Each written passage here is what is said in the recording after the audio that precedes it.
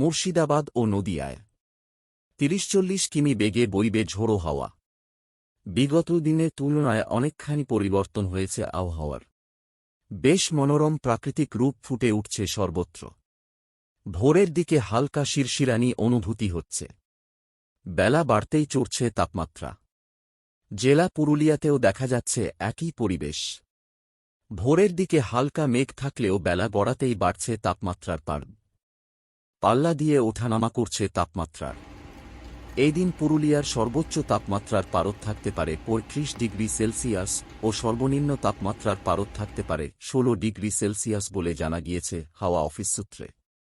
আগামী ১-২ দিনের মধ্যে পুনরায় পরিবর্তন হতে পারে তাপমাত্রার। চলতি সপ্তাহে ফের ভিজতে পারে দক্ষিণবঙ্গের সমস্ত জেলা, এমনটাই পূর্বাভাস মিলেছে হাওয়া অফিস সূত্রে। আপাতত দুদিন আকাশ পরিষ্কার থাকলেও দিনের তাপমাত্রা ক্রমশ বাড়বে। বেলার দিকে বাড়বে গরম। বুধবার পর্যন্ত তাপমাত্রার বিশেষ কোনো পরিবর্তন হবে না। বৃহস্পতিবার থেকে ফের আবহাওয়ার পরিবর্তন হতে পারে।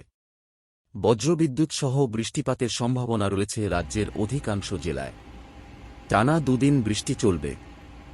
বৃষ্টির সম্ভাবনা রয়েছে উত্তর ২৪ পরগনা, দক্ষিণ ২৪ পরগনা, পূর্ব মেদিনীপুর, হাওড়া, কলকাতা, হুগলি, পুরুলিয়া, ঝাড়গ্রাম, পশ্চিম মেদিনীপুর, বীরভূম, মুর্শিদাবাদ ও নদিয়ায় ৩০-৪০ কিমি বেগে বইবে ঝোড়ো হাওয়া।